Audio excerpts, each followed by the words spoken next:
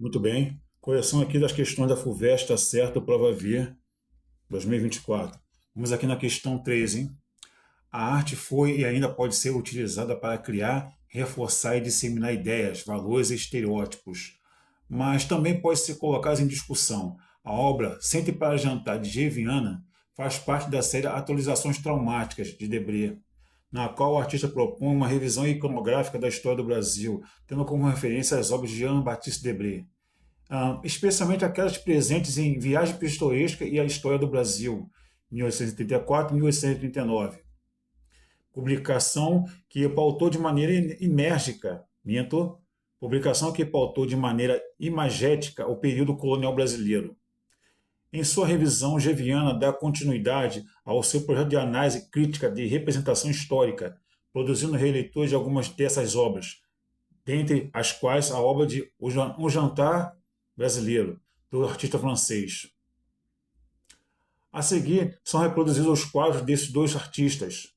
Vamos lá, a reprodução desses dois artistas, hein? Olha aqui a referência. Jean-Baptiste Debré, Um Jantar Brasileiro, 1827.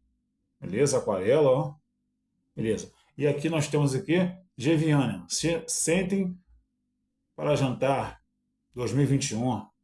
Beleza? Repare que aqui ó, tem um jantar aqui, olha só, pessoas negras desumanizadas. Olha só, beleza? Aqui duas crianças negras aqui peladas, né? E aqui na obra de Geviana temos aqui, ó, a criança já vestida, um cachorrinho aqui no lugar do bebezinho, beleza? E pessoas negras postas a jantar. Olha só, mudança, hein? Pessoas negras reumanizadas, beleza? Vamos aqui para o enunciado, hein? Com base nas informações e imagens apresentadas, assinale a alternativa que corresponde à abordagem adotada por G. Viana em sua obra Sente para Jantar, ao utilizar como referência a obra Um Jantar Brasileiro, de Jean-Baptiste Debré. Vamos lá, hein? Base nas informações, hein? Vamos lá. G. Viana reproduz em sua obra as mesmas relações sociais representadas na obra de Debré, as mesmas relações sociais? Sério? Nada a ver. Vamos lá da questão B aqui, resposta B, hein? G. Viana exalta em sua obra especialmente as características físicas das pessoas retratadas, enquanto Debré enfatiza as relações sociais, pessoais? Nada a ver também. Nada a ver, ó. Aqui, ó. Repetindo, G. Viana exalta em sua obra especialmente as características físicas das pessoas, nada a ver, não só as características físicas, tá bom? Letra C aqui, ó. G. Viana emprega em sua obra as mesmas técnicas e os mesmos materiais. Não, não. Como assim, as mesmas técnicas só? Aqui, ó. 2021, época contemporânea. E aqui é uma parte mais antiga, 1827, ó. Uma coisa mais moderna. Tá certo? Nada a ver essa resposta. Na questão aqui da letra D. A G. Viana ignora aspectos relacionados. Ele ignora aspectos relacionados a questões etno-raciais em sua releitura da obra de Debré. Nada a ver isso aqui. Nada a ver. E a resposta certa, a letra E. G. Viana busca desconstruir em sua obra os estereótipos etno-raciais presentes na obra original de Debré. Pessoal, essa é a resposta, tá? Olha aqui, uma releitura. Aqui tem um aqui da União São Lucas, ó, 1979, Escola de Samba. Depois eu vou botar a letra desse samba aqui para vocês, tá bom? Mais uma vez anunciado, hein? Com base nas informações e imagens apresentadas, beleza? Assinala a alternativa que corresponde à abordagem adotada por G. Viana em sua obra Sente para Jantar, ao utilizar como referência a obra Um Jantar Brasileiro, de Jean-Baptiste Debré. A resposta correta. G. Viana busca desconstruir em sua obra os estereótipos etno-raciais presentes na obra original de Debré. Eis a resposta, pessoal. Vamos aqui na questão 46, aqui, ó, fala do Vale do Paraíba. Olha, o lance do café. Olha só. Observe o mapa da expansão da cafeicultura no estado de São Paulo e no Rio de Janeiro, nos séculos XIX e XX. Olha o lance do Vale do Paraíba. Beleza? A fonte. O café no Rio de Janeiro e São Paulo. Olha. Mais uma vez aqui a fonte. Atos históricos escolar. Beleza? MEC. 1996. Vamos lá, pronunciado, hein? Sobre o papel da cafeicultura na dinâmica territorial dessas áreas, é correto afirmar. Vamos lá, hein? Letra A. Iniciada no Vale do Paraíba, vivenciada no Vale do Paraíba do Sul, entre São Paulo e Rio de Janeiro, na década de 1830, a cafeicultura pouco teve êxito, sério, pouco teve êxito nessa região pelas dificuldades de cultivo. Nada a ver esse negócio aqui de pouco êxito. Pelo contrário, muito êxito. Bom, avanço. Letra B. A expansão da produção cafeeira no estado de São Paulo se deu em direção a uma zona oriental do estado na década de 1850. 1850, sério? Olha só, início do século XIX, 1830, 1850. Nada a ver isso aqui, teve, na década de 1850. Nada a ver, na década de 1850. Letra C. O início da cafeicultura no estado de São Paulo se deu do oeste para a década de 1830, em decorrência da expansão da produção no norte do Paraná. Não está falando aqui do norte do Paraná. Que negócio é aqui norte do Paraná? Ah, a expansão para o oeste paulista aproveitando das qualidades do solo. Nada a ver isso aqui. Letra D.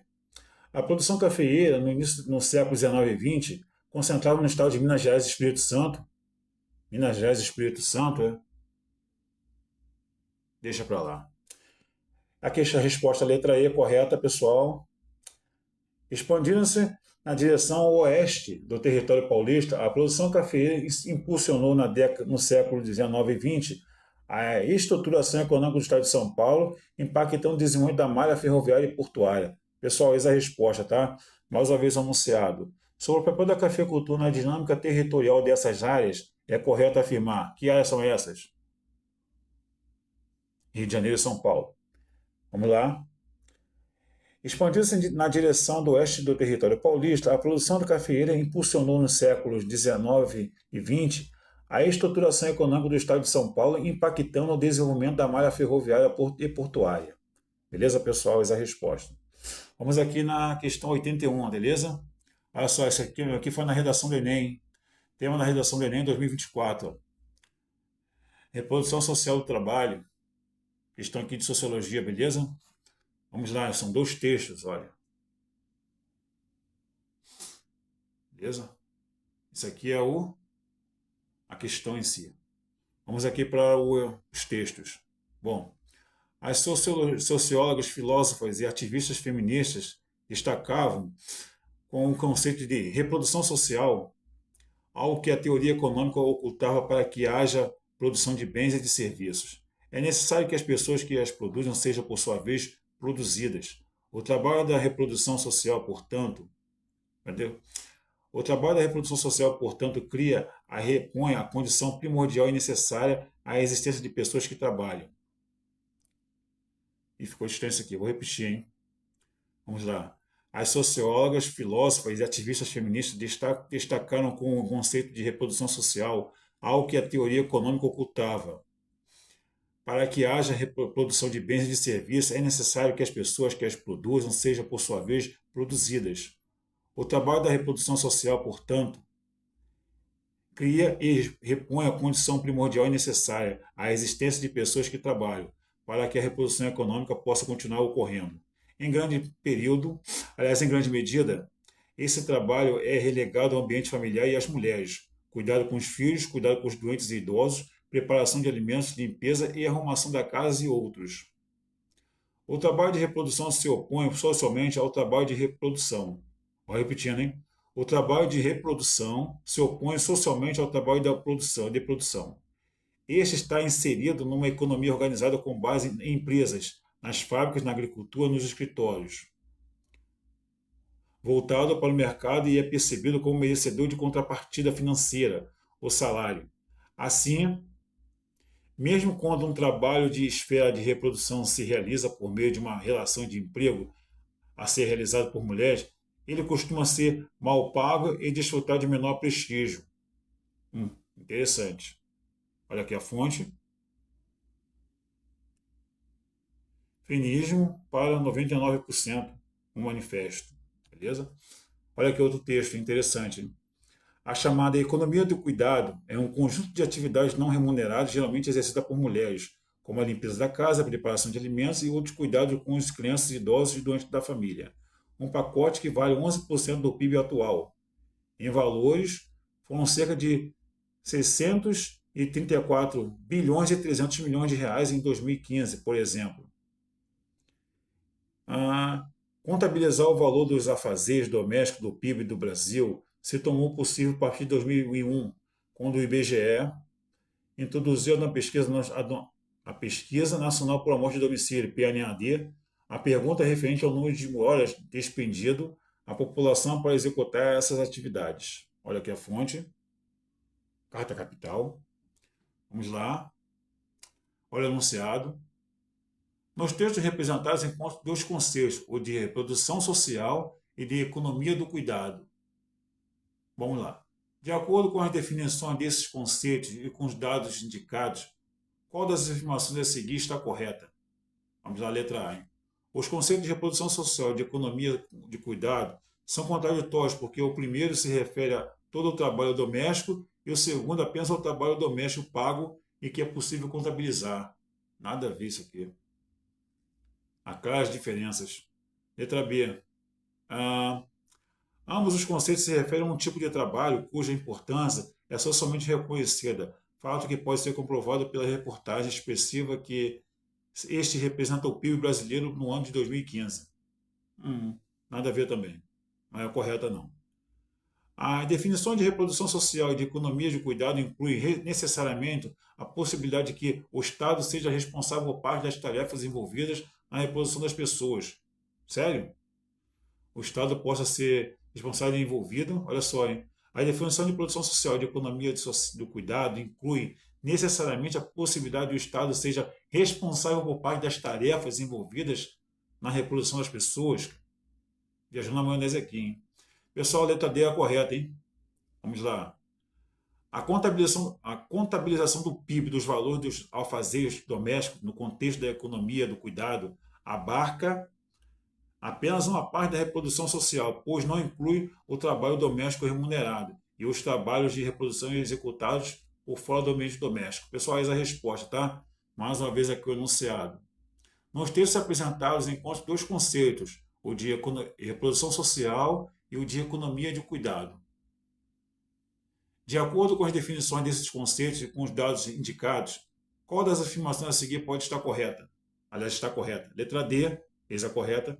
A contabilização do PIB dos valores dos afazeres domésticos no contexto da economia de cuidado abarca apenas uma parte da reprodução social, pois não inclui o trabalho doméstico remunerado e os trabalhos de reprodução executados fora do ambiente doméstico.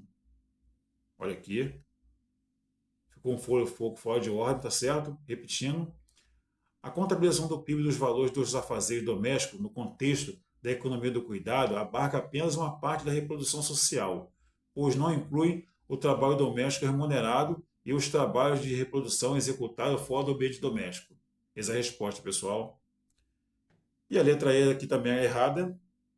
Os dados estimados sobre a participação das atividades domésticas não remuneradas do PIB do Brasil mostram que a reprodução social acontece apenas quando há uma relação salarial em quem executa e quem se beneficia desse tipo de trabalho.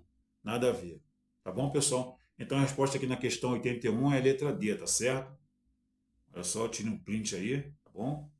Valeu. Por enquanto é só. Valeu, pessoal. Se puder se inscrever nesse canal, deixe seu like aí, tá bom? Vídeo aqui sem edição, não gosto de fazer edição de vídeo, tá bom? Muito obrigado, valeu, tchau.